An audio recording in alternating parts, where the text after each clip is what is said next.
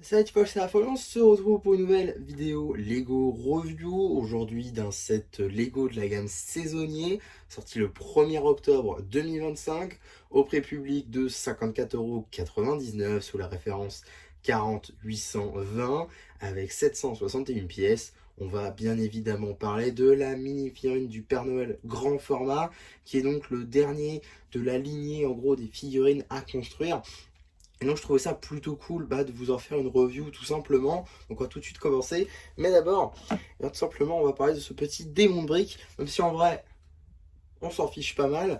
Et donc on va directement parler de cette mini figurine. Bon alors elle est un petit peu différente des autres. En effet, une petite spécificité, contrairement à toutes les autres, donc tous les éléments ne sont pas dissociables. On va y revenir. Mais par exemple, on peut retirer ici les bras. On peut retirer les hanches, desquelles on peut retirer les jambes, tac, et on peut également retirer le chapeau. Mais du coup, contrairement aux autres, eh bien, tout simplement, elles ne sont pas dissociables, c'est-à-dire qu'on ne peut pas retirer donc le torse de la tête de la barbe. Ça, c'est un peu dommage, simplement parce que la barbe en fait est reliée directement au torse, et de même pour la tête. Donc voilà, ça c'est un peu dommage, je trouve. D'ailleurs, tant que j'y suis, à l'intérieur de la tête, bon là ça se verra pas, mais si je retire ça, normalement, si j'y arrive, voilà, à l'intérieur, vous avez cette petite construction-là. Je vais vous mettre une image de quand je construisais, en fait. Il y a une petite maison, donc voilà, c'est l'établi du Père Noël. Donc ça, c'est plutôt cool comme petit détail, je trouve. Voilà, c'est plutôt mignon. Et généralement, on avait ça dans les briquettes, pas trop dans les figurines. Donc ça, je trouve ça plutôt sympa. Également, tant que j'y suis à parler de la notice, puisque, enfin, de la phase de construction, dans la notice, il y a un petit bug, voilà, il y a marqué deux fois sachet 6 au lieu de sachet 7 et 6 du coup. Donc voilà, ça c'est un peu dommage, je vous mets également une image juste ici. Donc voilà, je voulais le caser quelque part, donc je le case ici tant que j'en parle. Et donc maintenant on va pouvoir reconstruire tout ça. Voilà, c'est très simple, on va prendre les hanches ici, tac, et tac, pour les jambes juste ici en dual molded, c'est plutôt cool, hein. Voilà, donc construite à partir de briques noires et de briques jaunes, enfin rouges, je suis daltonien. Non, je rigole, je rigole. Donc voilà, ça c'est plutôt pas mal. On a également une petite partie en snot ici. Voilà, ça c'est plutôt cool pour faire ici, comme sur les vrais mini-figurines en réalité, hein, c'est pas des gros rectangles qu'on met dessus, hein, c'est vraiment une forme un petit peu séparée comme ça. Voilà, ils ont réussi à le représenter ici avec cette technique de snot, donc ça c'est quand même plutôt cool. Maintenant, si on met le torse, là, on a pas mal de choses à notifier. Tout d'abord que c'est pas des plus faciles à mettre, voilà.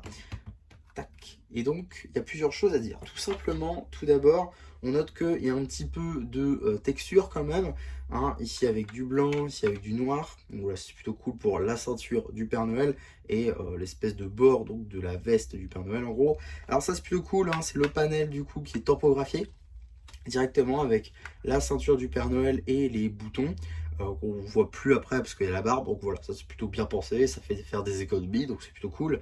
Donc voilà, on a également un petit bord, voilà, de la limite blanche, on va dire, de la veste du Père Noël. Alors c'est dommage parce que la topographie n'est pas aussi blanche que le reste des briques, ce qui n'est pas le cas sur la boîte, vous l'aurez noté. Donc voilà, il y a toujours ce même problème, ça avait déjà été le cas, notamment sur la figurine du commandant Fox. Si j'en parle de celui-ci, c'est parce que dernièrement, cette figurine-là a eu le droit à une mise à jour dans les derniers sets produits, et du coup, le commandant Fox n'a plus cette, ouais, on va dire ce côté rose, et c'est un peu plus blanc. Voilà, c'est peut-être pas rose non plus, mais peut-être qu'il y aura une amélioration de ce set à l'avenir. Et donc peut-être qu'on fera comme pour le Commando Fox, c'est-à-dire qu'on aura la possibilité de recommander la pièce gratuitement pour pouvoir améliorer notre set. Ça pourrait être plutôt sympa. Sinon, les bras juste ici, il n'y a rien de nouveau, hein, c'est la même technique que sur les autres. Des mains blanches qui sont également dissociables, c'est ça que j'avais pas dit. Mais voilà, petite par contre amélioration par rapport à la première version de 2023. J'avais déjà dit ça dans ma review du pilote donc de F1 Octane. Eh bien avant les barres allaient très facilement avec les mains, là c'est plus le cas, donc c'est plutôt cool. Petite amélioration de ces figurines là, parce que oui du coup c'est la deuxième de l'année, mais c'est la troisième on va dire dans cette collection pardon. On notera également les figurines Harry Potter qui sont également sortis je crois en 2023, et également une figurine du Capitaine Pirate qui était une exclusivité Lego House. Donc voilà, la plus difficile à avoir en fait. Voilà, on remet l'autre. Maintenant, je propose de passer à la tête, tout simplement, avec du coup le brick build de la barbe. Et pour le coup, on reconnaît vraiment la pièce, hein. Ils l'ont super bien fait, je trouve. Il y a beaucoup de pièces assez intéressantes, notamment ici des tiles, ici arrondis en 1 par 2.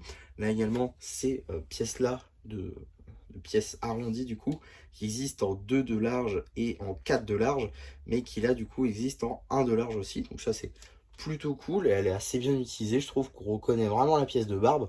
Et du coup elle est visible vraiment partout. Donc ça c'est vraiment cool. Franchement beaucoup de détails, notamment ces pièces là que je n'avais jamais vues avant. Ici les pièces là, je sais pas du tout si elles sont apparues sur d'autres sets. J'imagine que oui, je pense pas que ce soit une exclusivité pour ce set là. Donc voilà. Et également si je retire cette partie là, on peut apercevoir donc le visage du Père Noël juste ici, magnifiquement typographié, même si le blanc là encore pêche un petit peu, ce qui n'est toujours pas le cas sur la boîte, c'est pas très grave. Honnêtement je trouve que ça passe quand même, mais j'espère quand même qu'on aura une version améliorée on va dire avec le blanc un peu plus prononcé. Mais bon, ça fait des années que ça dure, ça fait des années que le problème n'est pas réglé, alors que Lego en est parfaitement conscient, sinon ils n'auraient pas fait une amélioration du commandant Fox. Donc voilà, je pense que c'est un problème, on va dire, que Lego aura du mal à régler. Et c'est peut-être pas aussi une priorité, vu que bientôt les jouets en plastique seront potentiellement interdits. En tout cas, avant de passer à la fin de cette review, on va donc passer tout simplement au dernier morceau, que je vais juste rendre plus facile parce que voilà, ces deux pièces-là sont arrivées avec, et donc pour le mettre, ça risque d'être un peu plus embêtant. Donc voilà, c'est juste ici des petites accroches qu'on va mettre ici, histoire de bloquer le chapeau. Parce que oui, du coup, c'est sur ces pièces-là, qui étaient apparues, je crois, avec Ninjago en 2018, et qui, depuis, sont assez largement utilisées. Donc voilà, juste ici, pour le chapeau. Là encore, on reconnaît très facilement la pièce, hein, avec le petit pompon juste ici, avec toute cette partie-là qui est relevée, une variation de taille ici et là, le contour en blanc, magnifiquement fait, je trouve, avec ces pièces ici d'arche. Là, les grosses pièces d'angle arrondi, non, franchement, c'est magnifique. Le taf qui a été fait dessus est plutôt pas mal. On voit pas trop l'intérieur, peut-être juste ici, mais en vrai, voilà, je veux dire, en exposition, ça marchera quand même. Et le rendu final plutôt est plutôt pas mal, j'ai envie de dire. C'est quand même une assez bonne fillonne à construire.